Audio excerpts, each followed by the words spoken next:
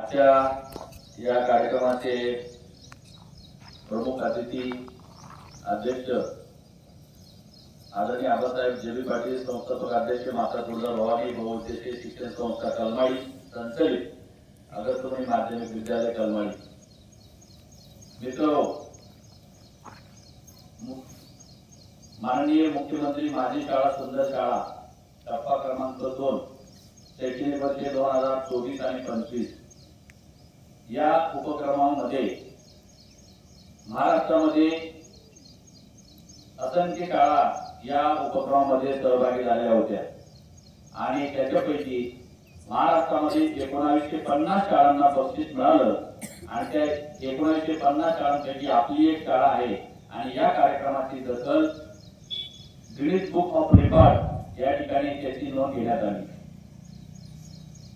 आणि एवढी नोंद घेतल्यानंतर महाराष्ट्रामधल्या सर्व शाळा सहभागी होऊन आता माझी शाळा सुंदर शाळा हा जो उपक्रम होता, हा उपक्रम तितका सोपाही नव्हता। कारण तुमच्याकडे जी गोष्ट आहे ती गोष्ट, तुमच्याकडे जे इन्फ्रास्ट्रक्चर आहे ते, तुमच्याकडे भौतिक सुविधा आहेत त्या, तुमच्याकडे शैक्षणिक सुविधा आहेत त्या, तुमच्याकडे असलेलं इमारत, तुमच्याकडे असलेलं पटांगण, तुमच्याकडे असलेले विद्यार्थी, तुमच्याकडे असलेली गुणवत्ता, त्याचप्रमाणे तुमच्या विद्यालयाने संशोधित केलेले उपक्रम, असे सर्व उपक्रम हे ऑनलाईन रित्या आपण शासनात सबमिट केले होते आणि त्याच्यावरती त्रिस्तरीय समिती नेमून आणि हे ऑनलाईनचं जे काम आहे हे काम आपल्या विद्यालयातील श्री जयेश भाऊसाहेब आणि पंकज भाऊसाहेब या दोघांनी खूप चांगल्या रीतीने ते काम केलं आणि ते ऑनलाईन सबमिट झाल्यानंतर त्याच्यावरती एक समिती असते, ती समिती चौकशी करते आणि ती समितीने चौकशी केली आणि चौकशी केल्यानंतर आपण पहिल्या समितीमध्ये पास झालो, दुसऱ्या समितीमध्ये पास झालो, त्रिस्तरीय समितीमध्ये पास झालो, जिल्हा स्तरावरती देखील पास झालो आणि मग ज्यावेळेस राज्य स्तरावरती हे ऑनलाईन काम जातं त्या ठिकाणी देखील व्हेरिफिकेशन केलं आणि व्हेरिफिकेशन करत असताना आपल्याला माझी शाळा सुंदर शाळा, मुख्यमंत्री माझी शाळा सुंदर शाळा या योजनेमध्ये, या प्रकल्पामध्ये आपल्याला 150 पैकी 140 गुण मिळाले आणि आपण चिंचणा तालुक्यामध्ये प्रथम आलो। इतर माध्यमांच्या शाळांमध्ये एकूण चिंचणा तालुक्यामध्ये माध्यमिक शाळा असेल, उच्च माध्यमिक शाळा असेल, नगर परिषद असेल, घटक मंडळाच्या शाळा असतील, अनुदानित, विना अनुदानित, कायम विनाअनुदानित, इंग्रजी माध्यमाच्या शाळा, या शाळांमध्ये आपण एकूण साधारणतः 150 ते 160 शाळा सहभागी झाल्या होत्या आणि तेवढ्या शाळांपैकी आपण चिंचणा तालुक्यामध्ये बदल मारून चिंचणा तालुक्यामध्ये या वर्षी गेल्या वर्षाचा पुरस्कार माझी शाळा सुंदर शाळा हा उपक्रमामधला पहिला पुरस्कार चिंचणा तालुक्यामध्ये आपल्या अगस्त्यमुनी माध्यमिक विद्यालयाला मिळाला। ही आपल्या अभिमानाची गोष्ट आहे। कदाचित याचं महत्व बाकीच्यांना कळत नसावं असं मला वाटतं, कारण का सोन्याची पारख करण्यासाठी काय लागतो? सोना लागतो आणि सोनं कसं आहे हे तपासून घेण्यासाठी तेजाब लागतं। कदाचित तेजाबसारखी माणसं नसावी म्हणून कळलं नसावं, परंतु या उपक्रमामध्ये आपल्या शाळेने पहिला क्रमांक पटकून आपण तालुकास्तरीय विजेते ठरलो आणि विशेष करून आपल्याला स्मृती चिन्ह प्रशस्तीपत्र देऊन आपल्याला 3 लाख रुपये आपल्या शाळेला बक्षीस मिळाले आहे। 3 लाख रुपये आणि त्या 3 लाख रुपयांमध्ये आपल्याला आपल्या शाळेची रंगरंगोटी करायची, असलेली काही किरकोळ कामं असतील ते करायचे आहे। म्हणजे बऱ्याचशी जी काही अजून असुविधा असतील त्या सुविधायुक्त काम आपल्याला शासन परवानगी मिळाल्यानंतर आपल्याला ते काम करायचं आहे। आता यावर्षी आपण तालुक्यात पहिले आलो, तर याच्या मागच्या वर्षी सन 2023 आणि 24 मध्ये सुद्धा आपण प्रयत्न केला होता, पण त्या ठिकाणी आपला प्रयत्न थोडासा असफल ठरला। आम्ही डगमगलो नाही, घाबरलो नाही आणि पुढच्या वर्षी हे प्रयत्न सुरू ठेवला आणि तो पुढच्या वर्षी म्हणजे सन 2024 आणि 25 या शैक्षणिक वर्षामधला पुरस्कार आपल्याला प्राप्त झाला। मित्रांनो, ज्या दिवशी आपली शाळा तालुकास्तरीय मूल्यमापन चालू होतं त्यावेळेस महाराष्ट्र गट विकास अधिकारी, महाराष्ट्र गट शिक्षण अधिकारी आणि सर्व शिक्षण विस्तार अधिकारी यांनी वैयक्तिक एका राष्ट्रीय व्यक्तीशी वाद घालून आपली शाळा पुढे आणण्याचं काम त्यांनी केलं। म्हणजे पहा, आणि थोडस राष्ट्रीय पाठबळ असल्याशिवाय थोडस माणूस पुढे जात नाही, हेही या उक्तीमध्ये आपली सहजरित्या शक्य आहे। म्हणून आपल्याला आज या ठिकाणी हा पुरस्कार मिळाला, आपल्या शाळेला हा पुरस्कार मिळाला। हा शाळेचा पुरस्कार नसून हा संस्थेचा पुरस्कार आहे, गावाचा पुरस्कार आहे, हा विद्यार्थ्यांचा पुरस्कार आहे, माझ्या सर्व शिक्षकांचा पुरस्कार आहे, माझ्या सर्व शिक्षकेतर कर्मचारी यांचा पुरस्कार असेल. म्हणजे यासाठी सर्वजण मेहनत घेतात. एखादा माणूस एवढं उचलतो, एखादा माणूस एवढं उचलतो.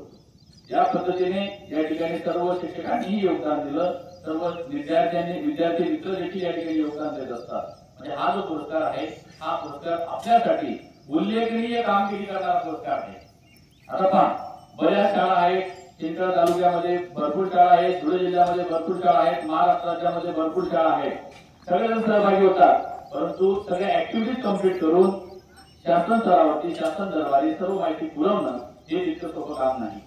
कारण त्याला खूप मोठा वेळ द्यावा लागतो आणि वेळ देऊन नुसतं शाळेपुरतं मर्यादित न ठेवता शाळा बाहेर जावं लागतं, तालुक्याला जावं लागतं, जिल्ह्याला जावं लागतं, विभागाला जावं लागतं आणि राज्य स्तरावरती डिक्लेअर शाळा डिक्लेअर होते आणि ते डिक्लेअर झाल्यानंतर मग आपण हा आनंद मानवतो.